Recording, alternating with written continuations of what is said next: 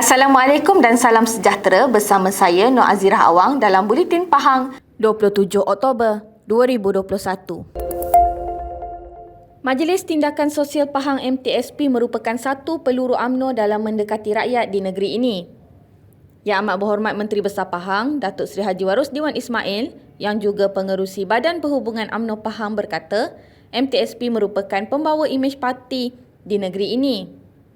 Beliau berkata, penubuhan MTSP salah satu sebabnya adalah untuk menunjukkan bahawa UMNO berada di mana-mana, terutamanya dalam membantu rakyat yang kurang bernasib baik.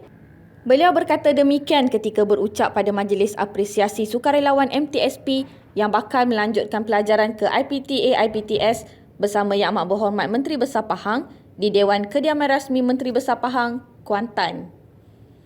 Turut hadir Setiausaha Badan Perhubungan UMNO Negeri Pahang, Yang Hormat Datuk Seri Haji Abdul Hamid Nazaha dan Timbalan Pengerusi MTSP yang juga Ketua UMNO Bahagian Maran, Yang Berhormat Datuk Seri Hajah Shahaniza Syamsuddin.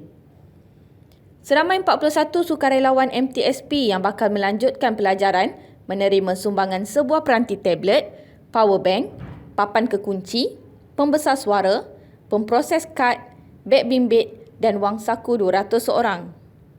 Beliau berkata, semua jentera UMNO perlu terus menjaga hubungan dengan para pengundi supaya mereka tahu bahawa UMNO sentiasa bersama mereka.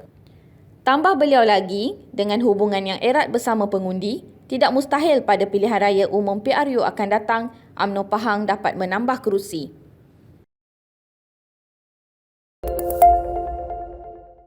Takdir kehidupan mampu diubah dengan ilmu dan hal tersebut turut diberi perhatian oleh kerajaan negeri dalam memastikan anak-anak dalam komuniti rentan Jalan Wong Ahjang turut berpeluang menimba ilmu sebaik mungkin. Pengerusi Jawatan Kuasa Perpaduan, Kebajikan Masyarakat, Pembangunan Wanita dan Keluarga Negeri Pahang, Yang Berhormat Datuk Seri Hajah Shahaniza Syamsuddin berkata, salah satu usaha yang dilakukan ialah program Baca Cepat Kawanku. Jelasnya, program ini adalah ilham Yang Amat Berhormat Menteri Besar Pahang, Datuk Seri Haji Warus Dewan Ismail sendiri yang mahu melihat dan membantu anak-anak yang masih tidak pandai membaca.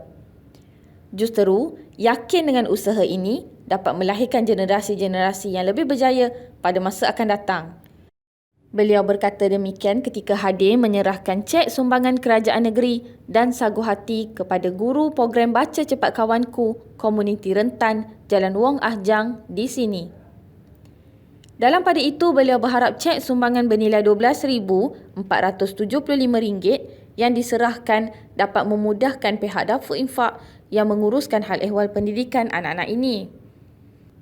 Katanya, usaha yang dilakukan sudah pastinya mahu membawa mereka keluar dari kesusahan hidup dan membina masa depan yang lebih cemerlang dengan ilmu yang dimiliki. Seramai 229 pengusaha kantin dan Dewan Makan Asrama di daerah Pekan menerima bantuan prihatin Pahang BPP daripada Kerajaan Pahang di Pejabat Pendidikan Daerah Pekan semalam. Sumbangan berkenaan disampaikan oleh Pengerusi Jawatan Kuasa Sains, Teknologi, Inovasi, Komunikasi dan Multimedia Negeri Pahang Yang Berhormat Datuk Haji Muhammad Fakhruddin Muhammad Arif yang mewakili Yang Amat Berhormat Menteri Besar Pahang, Datuk Seri Haji Warus Dewan Ismail. Yang Berhormat Datuk Haji Muhammad Fakhruddin yang juga Ahli Dewan Negeri Berbah berkata, sumbangan ini bagi meringankan beban mereka yang terkesan akibat pandemik COVID-19. Katanya, BPP ini merupakan salah satu usaha murni Kerajaan Negeri Pahang, idea dari Yang Amat Berhormat Menteri Besar Pahang sendiri untuk menjamin kebajikan rakyat. Di bawah BPP Fasa 3, Yang Amat Berhormat Menteri Besar memberi tumpuan tambahan kepada pelbagai golongan rakyat termasuk penjaja kecil yang tidak berdaftar dengan pihak berkuasa tempatan PBT, nelayan yang berdaftar di Pahang serta pengusaha dan pekerja kantin ataupun Dewan Makan Asrama Sekolah. Kesemua sumbangan ini dapat diberikan kerana Kerajaan Pahang berada di landasan yang betul, mentadbir negeri ini dengan jelas dan amat baik sekali. Hasil pendapatan negeri terus meningkat, malahan politik di negeri Pahang ini amat stabil.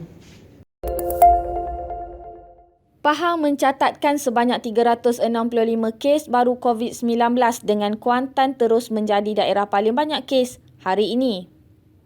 Berdasarkan maklumat daripada Jabatan Kesihatan Negeri Pahang, Kuantan mencatatkan sebanyak 180 kes, diikuti Maran 30 kes dan Pekan 26 kes.